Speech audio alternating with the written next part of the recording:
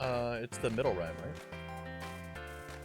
You the O. Yeah, the O. One letter. Yeah. Well, I've clicked the button. Yo, what up, everybody? welcome back to the finals here of the Beijing Riftbound regional, the second regional in Riftbound's history. I'm Tam, joined by Barrett, or Riftbound Ramblings. Make sure you check out his channel in the description down below. But with that said, Master Yi versus Kaisa, as we swap on over to our players. What are your thoughts here as we jump into it? Same finals as the last regional, if I remember correctly. It is, yeah. Obviously, a little bit of evolution, not just on the Kaisa deck, but also a little bit on the Master Yi deck, on just the technology that they're playing with now, as it is still a format ever evolving, always trying to protect yourself when you are the one to beat, of course, and then you, as the person who didn't win, the champion, adapting your deck and using some new tools that will help you defeat your opponent. But they are still rolling it off, of course, to see who goes first. I'm assuming maybe that graphic that we just saw means that Master Yi gets to go first here, which could be huge. I think the roll was 8-7. So, I'm glad you saw. Yeah. What does so Kaisa's the big bad of the format. What does Master Yi have to do to win this matchup? You need to, I think specifically your matchup gets significantly better in the post board. In the sideboard, you have access to the Unyielding Spirit, which is going to help you tremendously keep your little weenie units early on the board. But I think the idea is, if you are going to play a unit on the board that is very tiny and easily removed, it needs to be trading at least 1-for-1 on the Kaisa's board, or in their hand, I should say, to eventually not slow down your rune acquisition so that you can play your higher mighted units on curve. Because once you get above that 6 might range, you're pretty protected against most of single target removal from the Kaisa deck. And then you still have your combat tricks to keep you alive when they try to get you with the Dariuses or the Thousand-Tailed Watchers, right? But you have to get to those runes first. And while doing that, you can't just give up the board state. So, not a single play here from the Kaisa player, but that can be a bait, because as you swing in with this little Clockwork Keeper, if there was any sort of, Void Seeker or Hextech Ray, you could have immediately lost your unit. But getting that first score matters a lot, and the Kiana's help as well. Although this one sets you back at least on a power, which is not what I said, is the key to success. The deflect goes a long way, as well as with 4 might. That's a good break point, because 4 might avoids the falling stars for a double KO on something else. And if they have to pick it twice, deflect does work twice. Really? Yeah. That's crazy. Okay, Kiana's massive in this matchup then. I think finding Kiana this early is going to be huge, because it also gets around that Hextech Ray area, and in order for these Kaisa decks to deal with these 4 might units, they're normally stupefying and then shooting again, but every time you target the Kiana, it's deflect and then deflect for the stupefy, deflect for the kill. But Spirit Mother coming in, tying up the game, letting us bring in this temporary spirit to score, but not sticking around long enough to hold. So Spirit Mother early in the game just represents 1 free point, essentially. We've actually seen a lot of these Kaisa decks move the Sprite Mother to their sideboards, and they only bring them in specific matchups. But I think this is going to help a lot, because this will help deal 3 damage to the Kaisa, because the Sprite, or not the Kaisa, the Kiana, because it does 3 damage. So a Stupefy here does say that you kill the Kiana in a trade, but it looks like we're just going to take it. It will take the 3, but as soon as that showdown resolves and combat's over, the Kiana heals it right back up. So that opportunity is now gone, because the Stupefy would have worked, and then we would have had to pay for the 1 deflect cost. But instead, you said it was the key to the matchup. Here's a second Kiana, and if you didn't use a resource already on that first one, now it is starting to get a little bit of extra mileage. But Tam, we're seeing a different side of it. We are now out of body runes if we want to play any more cards that cost a body power. Yeah, like the Snapfire that we see in hand, which costs 2. So if there is some sort of scary card off the top, like a Kaisa coming down, out of the champion zone or even the hand to start threatening and trying to play this offensive capability. Snapvine, I think, is a really clean answer to that. And again, you got to rip 2 bodies off the top as we are sitting here nice and relaxed, very calm. Question for you, though. What are your thoughts on playing the Kaisa that we played into our base up at the other battlefield and then bringing the Clockwork Keeper home to just sit here with 2 Clockwork Keepers? Or do you think that playing it at the base to get the Conquer ability is just going to be more valuable in the matchup? I think that was the first place I was going to go. I mean, like, we didn't even talk about it, right? But when we won that battle, when we won that trade there with the Sprite, like, we could have taken the trade instead, which we didn't. But because we didn't take the trade, we gave the Conquer ability. And I think having that access to the Conquer ability is pretty meaningful.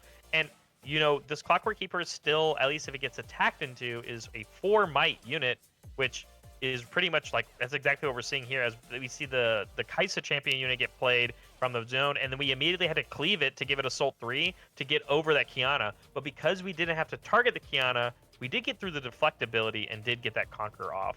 So that's not bad. We even got our own Conquer ability, of course, on the draw, but I assume the reason we played it in our base TAM is so that we can get that on-Conquer effect as we go back. But I think that's a pretty good counterplay. As the non-Master Yi deck, what we normally see, when we saw in the last match, you're allowed to put as many units as you want onto a battlefield. There's no reason not to. Bring and the that is homies. a very, yeah, that's a very good way to help you defend against these high overpowered damaging characters like, you know, the White Flame Protectors or the ones that get buffed by them. Meanwhile, you as the Master Yi player still typically want to attack alone so that you're defending alone as well. So it's just going to be a little bit of extra combat math you have to deal with. And now this on-Conquer Kiana ability is going to be way harder to pull off. And even if you did end up winning the battle, they could just assign 4 of their damage to go to the Kiana, and you don't get the on-Conquer effect from the Kiana. Yeah, this is interesting because we do still have this like Clockwork Keeper, trade out the Kiana, grab a card in hand or a rune if we wanted to, but it feels like that's not really progressing the game forward. Yeah, it gets us a point, it gets us closer to the victory, but we've seen other decks pull from the jaws of defeat. I think we skipped just a little bit. Looks like Primal Strength comes in, plus and now we've got 7 might. A massive swing here. But again, no body to be seen. So again, the Snapvine play that we have to try and keep ourselves alive, not going to be available on the next one. I still think that was a near perfect answer, at least for this scenario. I basically said, I mean, that 7 might that you overloaded onto that battlefield with the Kaisa plus the Sprite Mother was negated by a spell card, Tam. Your Kiana still gets to go through and do your thing. You still have to deal with the deflect on a later turn. But the Kaisa player, to do that play offensively, tapped completely out. You just play the Primal Strength at action speed or, you know, on your main phase, give the +7, you're like, all right, this is a free swing. Get the on-Conquer effect. Because of the redraw, yes, we don't have any more body runes for later, and the Pit Rookie coming in for a bonus buff, I think you put on the Kiana every day of the week. Yes, absolutely. This game is running away very quickly for the Master Yi deck. And Tam, this is typically not what happens. Usually it's pretty even on, but he's done a really good job at getting on the board, staying on the board, and having crazy good trades. Yeah, I mean, this makes total sense. As we hide a card here, we have to imagine this is a Zhonya's, right? Like, what other green card could we possibly be hiding? Which means that if we do decide to go for this Kiana, I'm gonna snipe it out of the sky, use my Falling Stars twice, deflect, coming in to recycle 2 runes. It's just gonna go back to base. I think that we're going to sit here on this base over and over and over again. I think this Kiana is here for the rest of this game. It's hard, too, because this is the Void Gate. You would think there would be an easier time getting rid of these units on that battlefield for the Kaisa deck because your spells do 1 more. Yeah. But we're still really struggling, but instead it's going to start with a Stupefy. Okay, you still have to pay the extra power because of the deflect. This is exactly what we talked about was not a very good trade at the beginning of this matchup, but because if you're going to target it again with something else here, it's going to be rough. I hope instead it's something like a Darius, because Darius would at least start a combat. But again, there's the hitting card there. We haven't even gotten to that. Yeah, this is certainly tough. I think we've got the Darius in hand to make it happen, which normally would trade with Kiana's 4 might plus the buff plus 2 from Yi, but the Stupefy does turn it from 7 down to 6 with the plus 2 coming in from Darius, and he gets to come in ready because he sees himself with the second card. We can swing in nice and big and just run into whatever that hidden card is, and I think that just has to be the play that we have to do. We've got to get this Kiana off this board. It's too much of a threat to be left alive. I'm setting myself up for failure in case that's not Azonia's Hourglass, because I think I remember seeing a couple of body decks playing another hitting card that exists in the format, and so we're going to find out really quick here, because if we lose control of this battlefield, we lose any hitting cards that we have there. So I have already preemptively looked up the card that this could be. If it is not Azonia's Hourglass, okay, it's always the Hourglass. It's always the Hourglass. But yeah, just like you said, normally it'd be a trade. Stupefy says that we actually win that fight, going up to 3 points now for the Kai'Sa player, but our Kiana will stay alive with the buff, by the way, because of the Zonia's Hourglass replacement effect. I think this might be best case scenario for what Kai'Sa could do because of that Hourglass that was hidden there. We have to get the Hourglass off the field as soon as possible, and obviously Kiana's like the most detrimental piece on the board. But although the deflect is still active and working and doing its thing, we are winning the rune race. It's 6 runes over on Kai'Sa's side, only 1 active, versus as Master Yi, we're now up to 6, and I'm pretty sure Yi went first, but has recycled just significantly more than what Kai'Sa has due to her legend ability. Yeah, absolutely. And it makes a lot of sense, as we get 1 body rune back from our channel for this turn. Says that Snapvine is back on it's not on the table yet because we didn't get the double body one. But if there's a world where we can get over this Darius, we could get the on-conquer effect from the Kiana again. And I think we've just got a trick here. And so we are going to play a Discipline from our hand, which is going to give us the +2 and draw us a card. And now that 1 energy that's up, you have to make a decision here. Because if it's a card that targets the Kiana, it's not just any recycle cost that the card might have on its own. It's going to get a bonus because of the deflect, which could set back the Kai'Sa player in the same amount of runes that we just talked about was that advantage. And it looks like because it's a Hextech Ray, we have to pay the we're delaying it, I guess. Yeah, we were at 6 runes, but it's like, hey, for me to play this Hextech Ray, that's a crazy little device that guy has. What is that? What is that? What is it? I don't know what that is. I don't know what that is. Chat help? What is it? What is this? What does this guy got? Okay, we are. Something's happening. I don't know. So we rewind the board state a little bit. So we're trying to play this Hextech Ray. We recycle 2 runes. It deals 3 to a thing, right? Yeah. So, dealing 3 to this Kiana, which is at 4/5. We disciplined it for 6/7. It will take the 3. It will still just trade.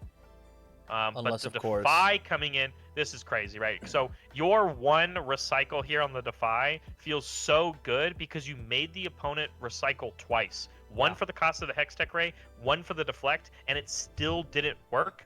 And you get the Conquer, going up to 7 points for the turn. 1 hold wins this first game, and we have the on-conquer ability to draw another card where the Defy just replaces itself. Yeah. It's huge. Absolutely massive swing turn here. This feels like checkmate. It's gonna have to be something crazy. You know what I just realized? What's Kai'Sa's signature spell? Icathian Rain. If we were, let's pretend that we had the mana for it. We've got all 12. In order to deal with this Kai'Sa, we would have to recycle 3 and then target this thing 3 separate times, recycling 3 more to get rid of it. We'd have to recycle 6 with a Icathian Rain to get rid of this Kai'Sa.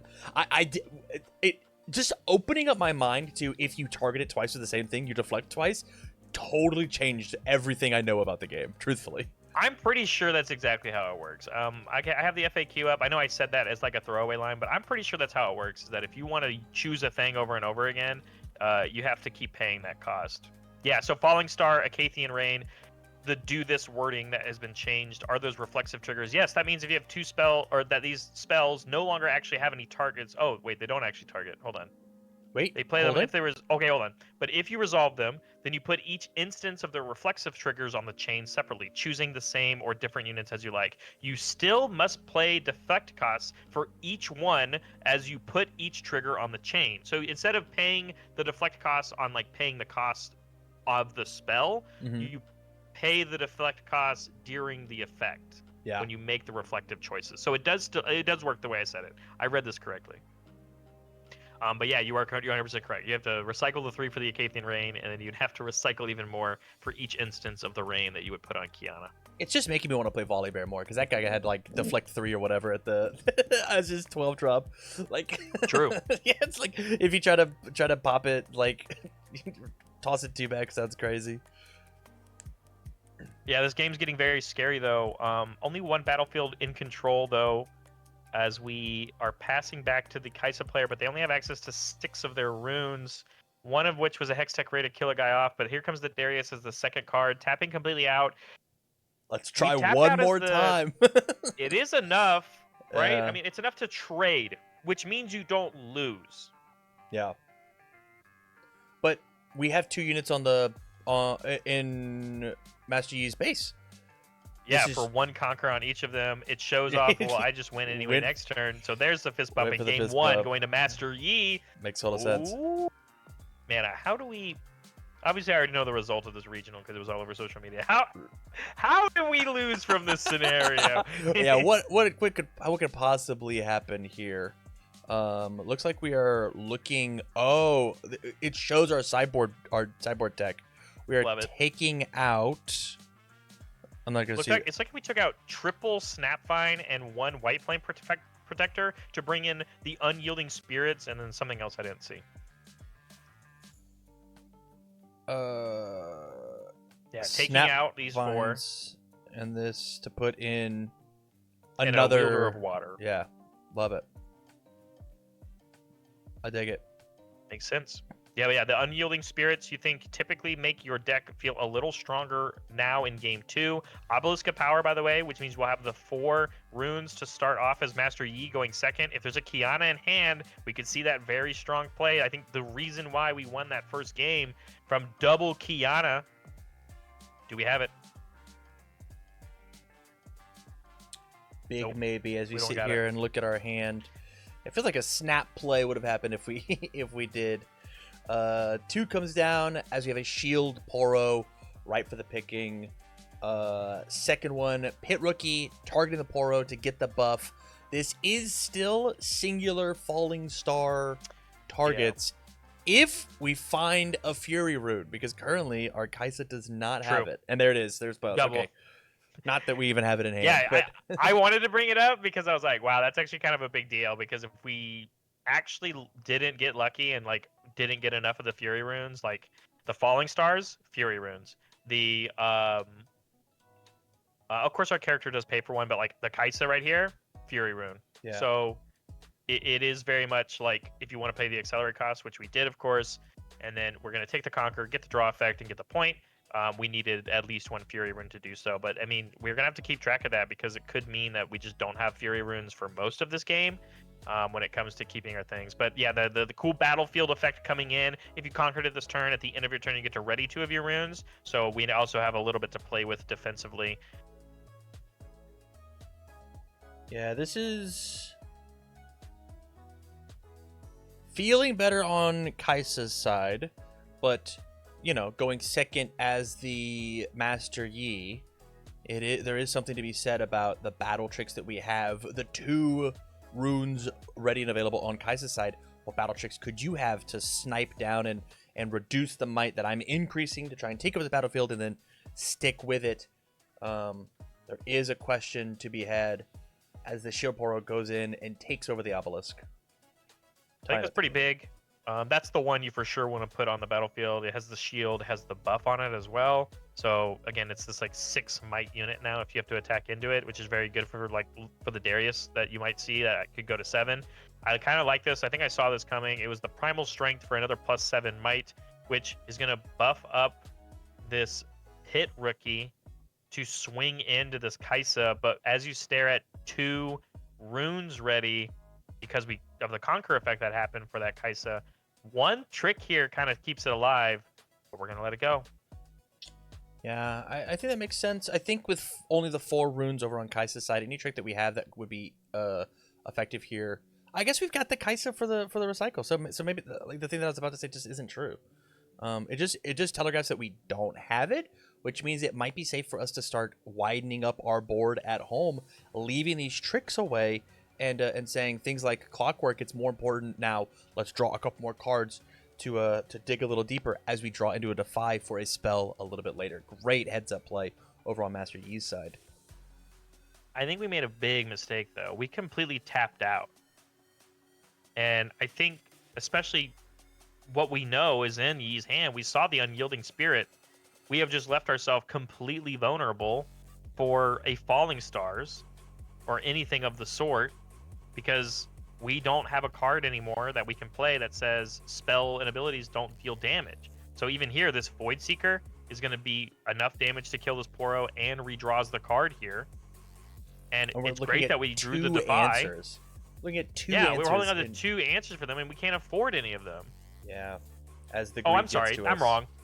We had the Conquer effect. I'm sorry. We did ready. We readied some runes. Now I understand why we did it. Oh. For the same reason why the Kaisa had 2 of them, we also got 2 of ours back. So that Defy that we did draw into did work out. I forgot about the battlefield effect. You know, the one time we didn't talk about the Defy- battlefield, it freaking mattered.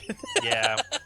Yeah, you're right. But the Defy on the Void Seeker, I think, is pretty good value. That's a 3 rune or 3 energy spell that you already have to use the Kaisa effect on. And with only 3 ready runes left, I don't know what else could come in here except for just a little Watchful Sentry pass.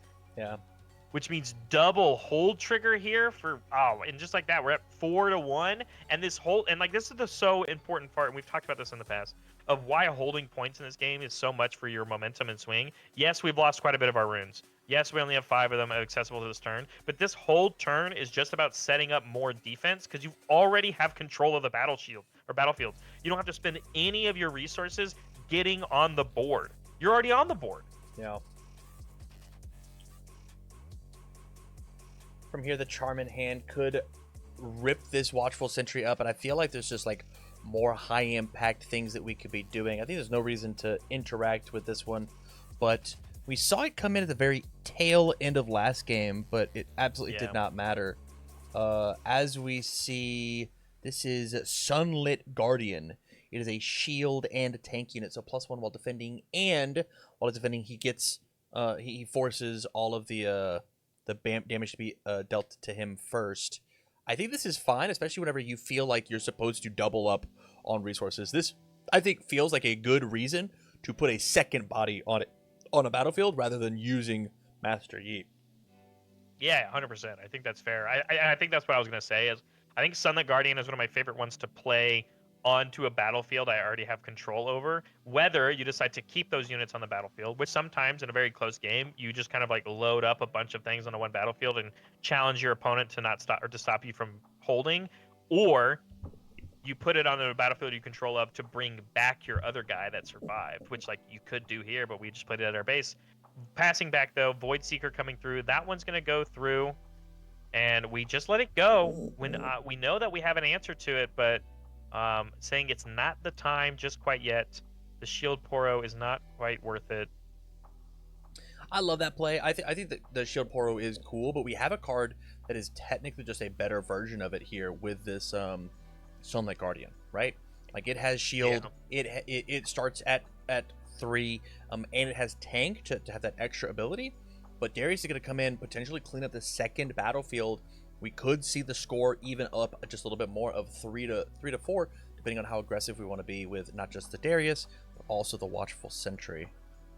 Yeah, this one's much harder to deal with because this is real combat, which you would typically think that Yi is good with the combat, but the cards in our hand are not combat tricks. They are protection from spells and movement tricks. So the 7 might on that Darius is going to be well over enough to get through that Pit Rookie, who was only at 4. And I think even going back and taking that battlefield back over as the Kaisa player just doubles up on it is going to be significantly harder to get through now, because we are just running out of resources in our hand. Yeah, looking at the disparity of hand size here is probably going to be our Yi's downfall. We're just like not able to keep enough to make any sort of meaningful movement happen. With that said, though, although we did not hold, we can still score a point over on this obelisk. I think it might be champion unit time. I'm not sure though. It's pretty risky again because we're only at 7 runes, and that would say to tap out again. And when you have these answers in our hand, especially with we drawing the on guard for turn, all of our hand is tricks. Yeah. It's just all tricks. So we have to use these tricks in an efficient way. Whereas if we just played the Yi and it gets removed the next turn, we've lost the trick. But a charm coming through, and this is the fun part that we talked about. I'm going to charm this Darius and bring it over here to where my Sunlit Defender, or Sunlit Guardian, sorry, is now defending, which means my Yi ability will go live, and it is down to 5. For your guy is down to 5, and I'm at 6 because of shield. Yeah, so 3 base, +1 from the shield, +2 from Yi. That's how we're getting to our 6 here. And we see a smokescreen in Kaisa's hand. It looks like we're going to opt to play it, but we have an On Guard or the Defy that we don't have Defy, excuse me. We spent the Defy. We do have the On Guard to increase it, but again, playing this out says that we go down to a singular card in hand. Is it worth it to keep this Sunlit Guardian alive? I say yes. Is it not? It's -4, right? 4, 5, 6. Oh, It's -4 from the smoke screen, +2 from the on guard, and we were only winning by 1. Yeah. So the math doesn't math. By the way, I think that counts as a conquer. Does it? I guess know. they were the ruling. attacker. Whoa. They were the attacker, and it was on a battlefield they didn't control. Huh. I think that gave them a point. That is interesting. Which is crazy feels bad, by the way. Hey, we figured out how we lost. And they hold it to 4. Yeah. We played a card and gave 2 points to our opponent. Yeah. Just like that, the match very quickly is becoming significantly more even. We have gone to 6, which is good in the sense of we are in lethal range, and we still have access to our Master Yi champion unit, which could go a long way, especially if we can defend our little Clockwork Keeper here. Mm-hmm. And we do have this. So Hextech Ray deals 3. Clockwork is now a 4. So getting another resource out of our hand. Stupefy. But now we could play the Unyielding Spirit.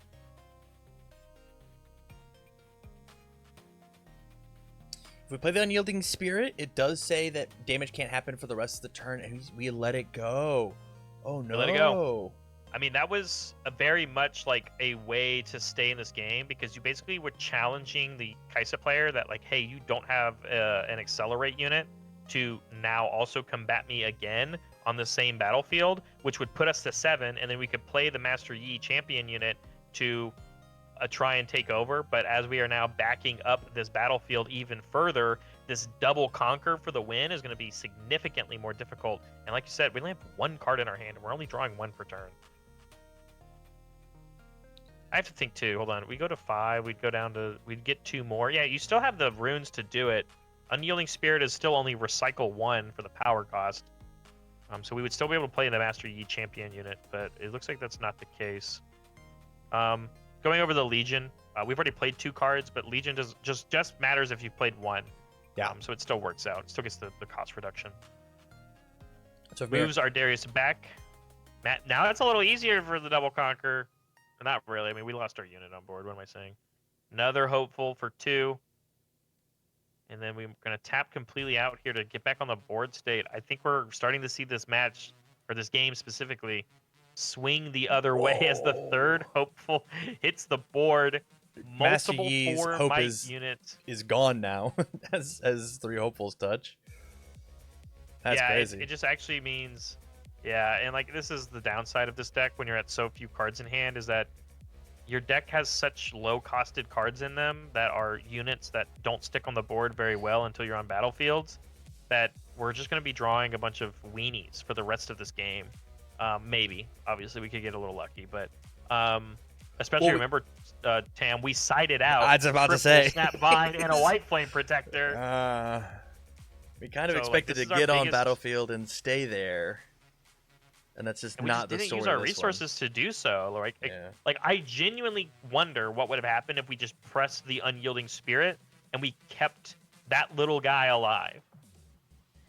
Yeah, the loathsome little Clockwork Keeper scoring a point. I mean, this would have been game, right? Like if the exact same play pattern had it, and if we retreat back to Darius and then whatnot. But like at the same time, you ready?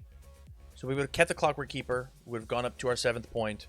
I think these hopefuls would have just joined Darius over at the battlefield and like not done. Master Yi would not be conquering this battlefield, but with the Thousand Tail Watcher, I think. Oh, interesting. We go there, score our point up to 5. Maybe just use the Darius to clean up the Master Yi. Maybe swing in with all 4 of them. If we play a second card, the Darius will get an extra +2 plus the -3 that happened on the Yi.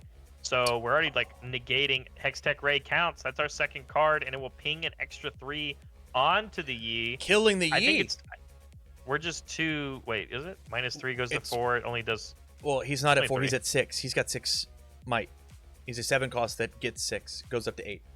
So you -3, then -3, and then deal 3. Oh, you're right. Yeah, you're right. So yeah, forcing out the Unyielding Spirit, and I just think it's already too late because you still are staring at 3 readied units on the other side of the board, one of which just went up to 7 on its own. I mean, Darius just takes it alone. Yeah. And it's not a trade. And you're tapped out. Yeah, the game I think has just ran away because we held on to that what? It has -3 on it. Yeah, 3, 4, 5, pushing up to 7. Yeah, it has 3, goes up to 5 because of the Yi effect, but dealing 5 to a 7 might unit just doesn't even get it. So, I mean, we held on to that Unyielding Spirit for so long that we just didn't even get to use it for when it actually mattered anymore. Which goes to Conquer for 6. We're getting some clarifications. We're skipping ahead in the video until the judges stop talking to him.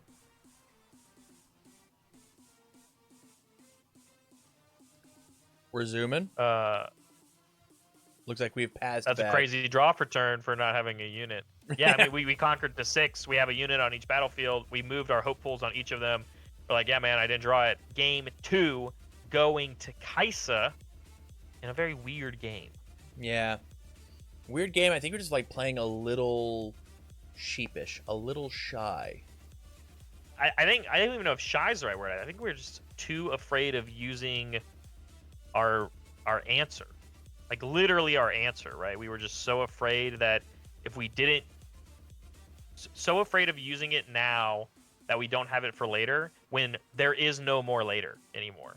You have lost your units. We lost all the cards in our hand because we were like, oh, I need to use this for the next unit that matters more. I need to use this for the unit next that matters more.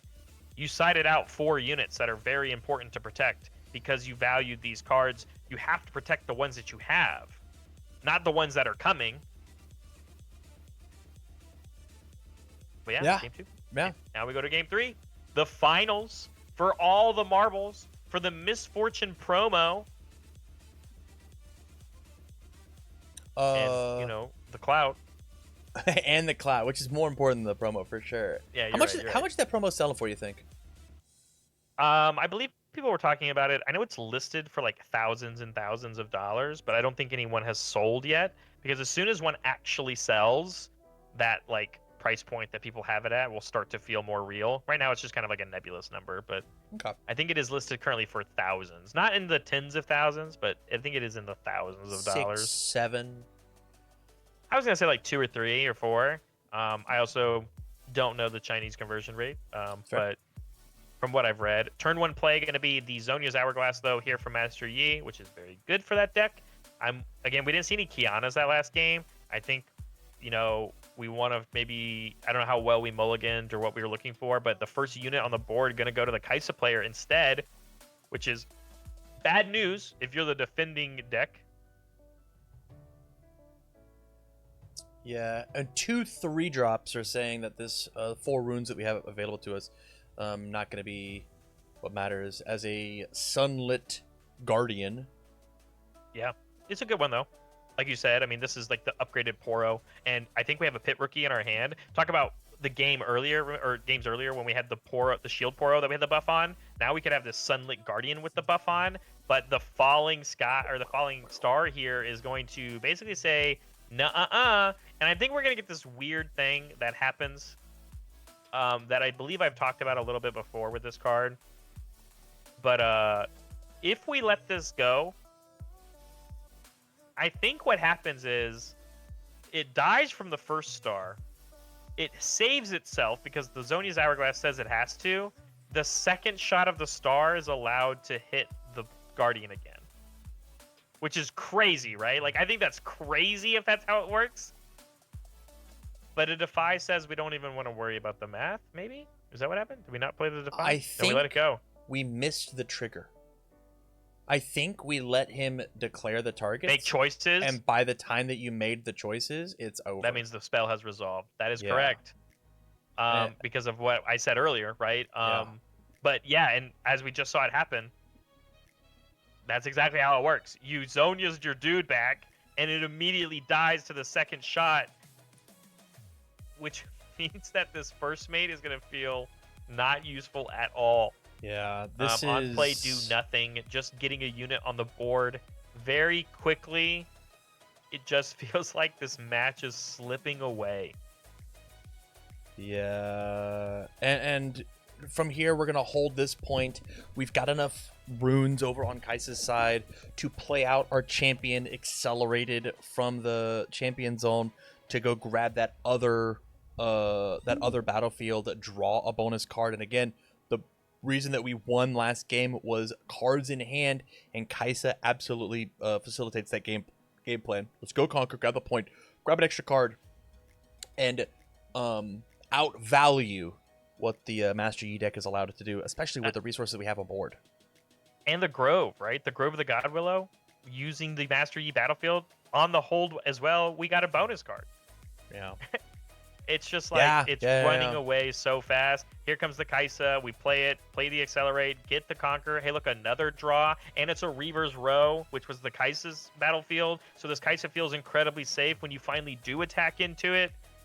It's rough. I feel like this game's going to be over so... Hey, look, there's it is. There's the promo. Damn. I feel like even without the game actually being over, it feels so over. I just don't know what series of cards we'd have to play turn after turn after turn. Starting off with this champion unit from the Master Yi. Such a desperation play. Keeping one of our runes ready. Like, the Yi's good enough to get over the Kaisa. Kaisa still has one readied rune. You're running in on the other side 6 might. Yeah, it's just like 6 to 4. We're just gonna choose to retreat. This is fine. This is A-okay. Die. It's rough, man. Like, because you made that play, Kaisa's guaranteed to go to 4 points next turn because of the hold, and it's another hold for another draw. Oh, love this though. Here is the charm. Let's bring. Oh, interesting. The hopeful over, so that we can run the first mate into the Ravenbloom. Love that. That's true. Love that. Love that. It will work that way. That's nice. Okay. Yeah, so into the Ravenbloom, 1 up might, but we have 1 floating. The Stupefy will make it a trade instead, which if you're Yi, I think that's about the best you can ask for. Yeah. Or no, it's not a trade. We get the +1 might because we played a spell onto the Raven Bloom. That's what we talked about. You said Stupefy is not a good card. At the very This start of is this the broadcast, scenario. you got me, man. The start of the broadcast, this is what we talked about. Tam Ricardo's Stupefy hater, and in the finals match here, 4 points to 1, just absolutely proving me wrong. It's not a one might swing when it's on a Raven Bloom. It's a 2 might swing and a Yeah. redraw, which I was gonna say was hopefully gonna keep us to deter the hold. But that 1 cost spell says I get to hold the point.